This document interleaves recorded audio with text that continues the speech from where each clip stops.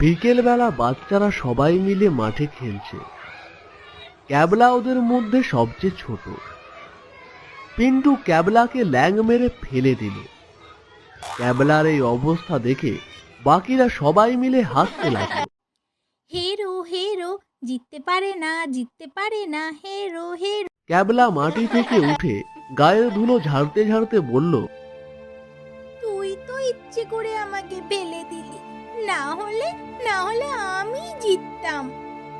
আরে যা যা, তুই কত জিততিস তা আমাদের জানা আছে। রোজ তো হেরে ভূত হয়ে বসে থাকিস। যা যা গিয়ে দাদুর কাছে পড়াশুনো কর। স্কুলের পড়া তো ভালো করেও করতে পারিস না, গবেট একটা। ক্যাবলা এরপর আর কোনো কথা বলতে পারল না। তার চোখ ফেটে জল বেরিয়ে এলো। ক্যাবলার মাথায় একটু বুদ্ধি কম, তাই পড়া বেশিক্ষণ মনে থাকে না। আর খেলার সময় তো ইচ্ছে করেই এরা ওকে হারিয়ে দেয়।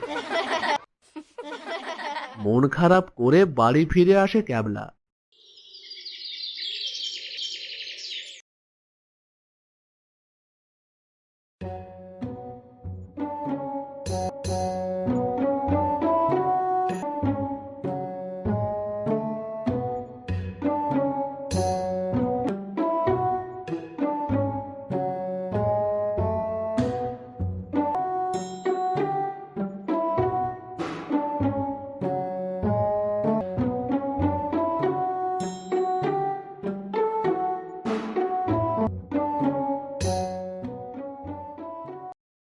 ক্যাবলা বিছানায় মায়ের পাশে শুয়ে জানলা দিয়ে আকাশের চাঁদ দেখছিল।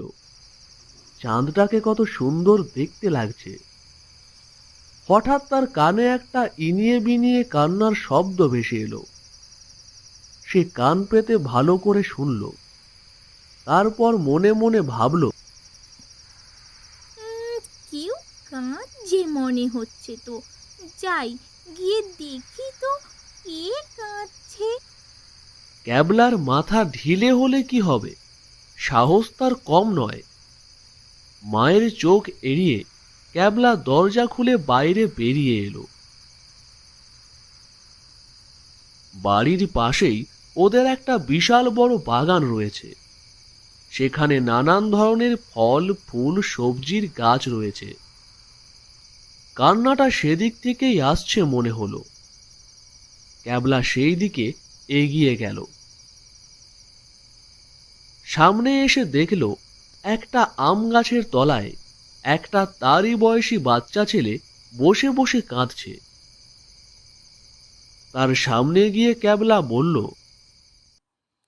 কি হলো, তুমি কাঁদছো কেন? আর এত রাতে তুমি এখানে কি করছো? তুমি কে? আমি, আমার নাম ভুতুম।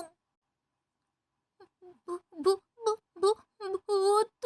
ভূত মানে? এইটুকু ছেলে তুমি ভূত হবে কি করে?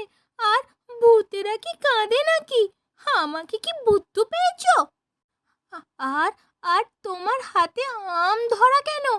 ও, তার মানে আম চুরি করে খাচ্ছিলে তুমি, তাই না? বিশ্বাস করো, আমি একটাও চুরি করিনি। আমার সাথে আরো অনেকে ছিল, কিন্তু ওরা আমাকে ফেলে রেখে চলে গেছে। আমি এত আম পারলাম, আমাকেই আর আম দিল না। সব আম নিয়ে পালিয়ে গেল ওরা। ওরা সব সময় আমাকে এইভাবেই হেনস্থা করে, তাই জন্য তো আমি কাঁদছিলাম।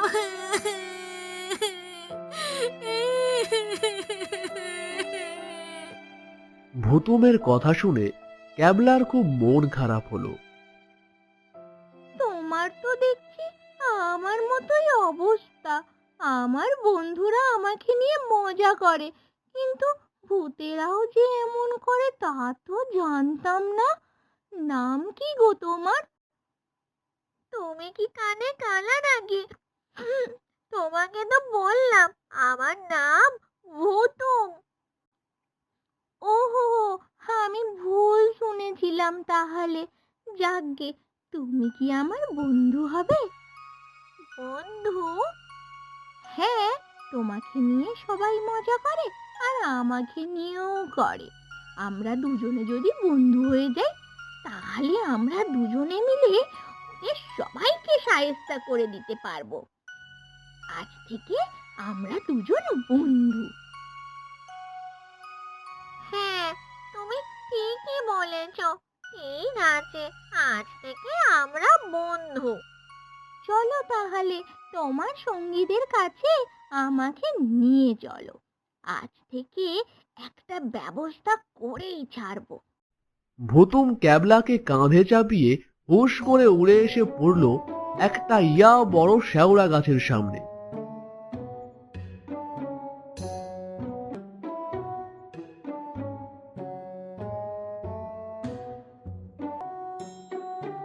ক্যাবলা দেখল সেখানে অনেকগুলো বাচ্চা ভূত একসাথে রয়েছে। তাদের মধ্যে একজন বলল, এই ভুতুম, এটা কাকে নিয়ে এসেছিস রে? ও আজ তোমাদের পড়া ধরবে। পড়া? হ্যাঁ, আমি ধীরেন মাস্টারের নাতি। আজ আমি তোমাদের পড়া ধরবো। দাদু বলেছে তোমরা খুব ফাঁকিবাজ। অনেক দিন দাদু তোমাদের পড়াতে আসতে পারেনি, তাই আমাকে পাঠিয়েছে। ওরে বাবা, তুমি ধীরেন মাস্টারের নাতি? হ্যাঁ, বেশি গ্যাজর গ্যাজর না করে বলো তো, কত দিনে 1 মাস হয়? ভূতগুলো একে অপরের মুখের দিকে তাকালো। একজন গাঁট গুনে বলল, 20 যুক্ত 3 মানে 29 দিনে। 29 দিনে 1 মাস। গবেট, মুখ্যু, গাধা একবারে। 20 সাথে 3 যোগ করলে 29 হয়। সঠিক উত্তরটা কেউ বলতে পারলে না। ভূতগুলো আবার নিজেদের মধ্যে মুখ চাওয়াচাই করলো, কিন্তু কেউই উত্তর দিতে পারল না। কেউ উত্তর দিতে পারোনি, তাই এখন থেকে উঠবোস করো সকলে।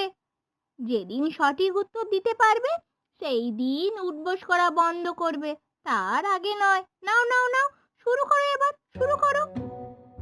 ভূতেরা সবাই হাওয়ায় ভাসতে ভাসতে একবার মাটিতে বসে, একবার উপরে ওঠে। গুড, এইভাবেই চলতে থাকবে উঠবোস, যেন বন্ধ না হয়।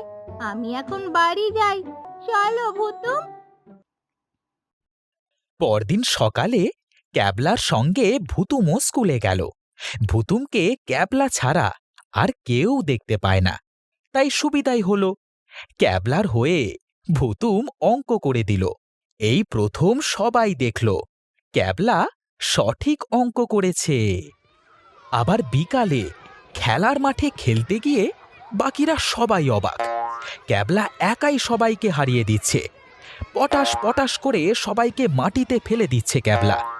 কেউ ভেবেই পাচ্ছে না এত গায়ের জোর ক্যাবলার এলো কি করে। সবাইকে হারিয়ে দিয়ে ক্যাবলা হাত তুলে নাচতে নাচতে বলল, আনন্দে লাফিয়ে উঠে ক্যাবলা ভুতুমকে জড়িয়ে ধরল। বাকিরা কেউই বুঝতে পারল না ক্যাবলা বাতাসে হাত জড়িয়ে আছে কেন। আসলে ভুতুমকে তো ক্যাবলা ছাড়া আর কেউ দেখতেই পায় না। আর ওদিকে বাচ্চা ভূতগুলো এখনো ওঠবোস করে চলেছে পড়া না পারার অপরাধে। তোমরা কিন্তু পড়াশোনায় ফাঁকি মেরো না, তাহলে কিন্তু তোমাদেরও ওইভাবে ওঠবোস করানো হবে।